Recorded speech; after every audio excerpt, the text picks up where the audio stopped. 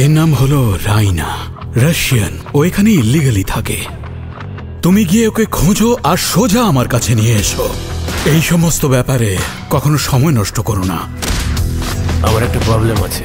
ও তাই নাকি? যাই হোক না কেন, আমার কিছু যায় আসে না। যদি ঠকতে না চাও তাহলে সবাইকে মেরে ফেলো। আরে কি করছোটা কি তুমি? ওদেরকে এর মূল্য দিতেই হবে। শত্রু যখন তোর কপালে বন্দুক ঠাকাবে তারপর তোর বীরত্ব দেখাবি।